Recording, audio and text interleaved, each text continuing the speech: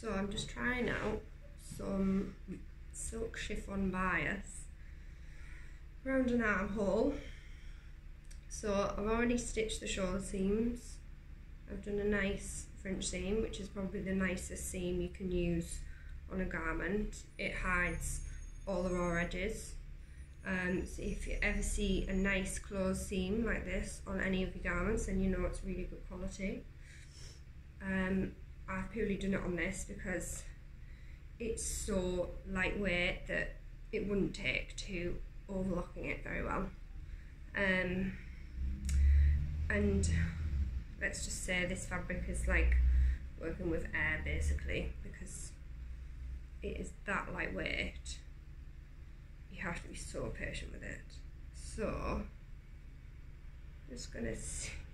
It's so small bias as well, like I don't really know why I chose to do this, but I like to make my life a bit harder, make things a bit difficult for myself. So I'm just gonna put it on. I don't even know if I put it on the right side. Yes, I have. Well, I'm too busy chatting, I'm not even concentrating. Right, so I'm just gonna start unfolding it and stitching it down the fold line. I can't think a time where I've used silk chiffon for bias, but there's a new for everything. I like to challenge myself, so if I can do it, then I will try. But this will just nicely finish the armhole. So what I'm making is, if anybody saw the electric blue wrap dress about 2 weeks ago, I am making something similar like that, but without sleeves, and it's not going to be a wraparound, it's just going to be more like a waterfall dress kind of shawl thing. It's going to be quite long, so to the bottom of your ankle, I would say. For somebody like me, medium height, I would say. So this bias is actually going on really nicely.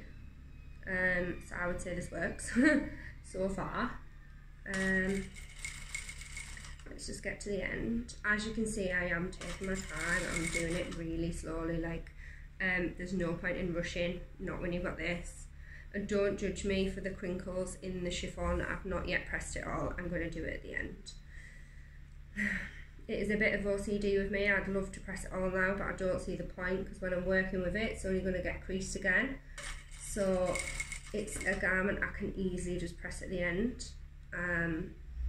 So I'll do that. And then hopefully, I've already tested on some of the fabric, pressing it, and all the creases have come out. Because I've had this fabric quite a while, and silly old me, I've had it all squished up in a bag somewhere. I've not had it rolled up, so that's why there's millions of crinkles in it all over. Right, now we're just getting to the end of the armhole here. Now this is just the one bit of bias side we're putting on.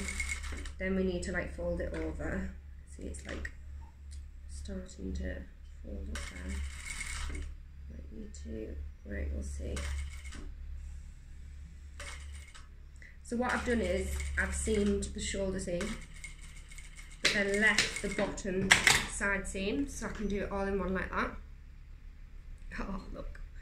Oh, it just looks so beautiful. So then what we do is we fold it in half. There's the raw.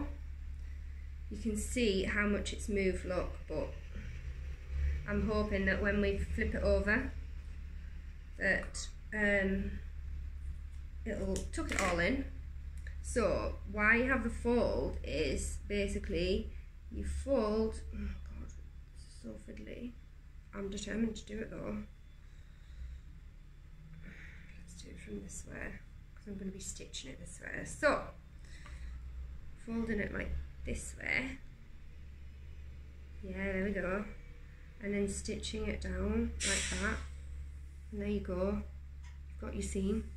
So, let's just see if it works. I think it's going to, but it's going to be very tiny. Yes, I feel it already. It's tiny, but we'll see. We'll hope for the best. This is just a trial. Like I'll maybe try and sell this on if anybody wants it. I mean, I'll do some pictures of how it hangs, and with it being silk as well, it'll hang amazing. Oh look, there we go. It's working already. Oh, that's amazing. So maybe next time, room for improvement here. I will do it wider, and then I think it will, I mean, I do quite like it tiny, but it's a bit of a struggle with this type of fabric when it's this tiny to tuck it all in as well. But I think it's working. I think it's working.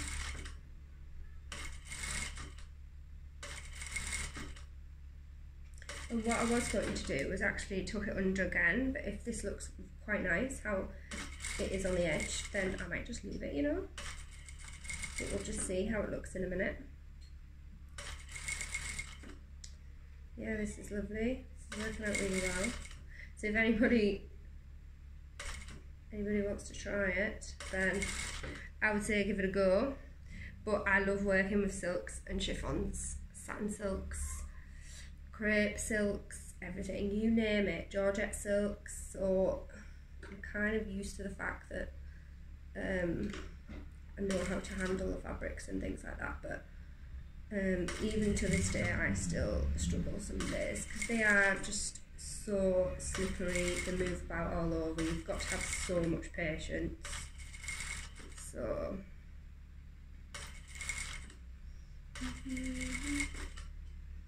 almost the end now. Let's just have a look. Almost there. And I'm sweating. That just purely because I'm too hot, and I'm hoping that this just goes right. There's always something right at the end that could go wrong, and it always happens right at the end. Could be easy. Oh, look at that. Beautiful. There we go. All in. Just chop your threads here and there. That's just from the shoulder seam. You can see that is the French seam. Well, that's worked really well. I might leave it like that. I was going to tuck it under again so you couldn't see it at all. I'm not sure. Oh, I don't know whether to leave it. I think I'll leave it out. I quite like it. Tell me what you think, guys. I think I might have to leave it. But there we go. There is bias with silk chiffon. Now I'm just going to do the second armhole and put it together.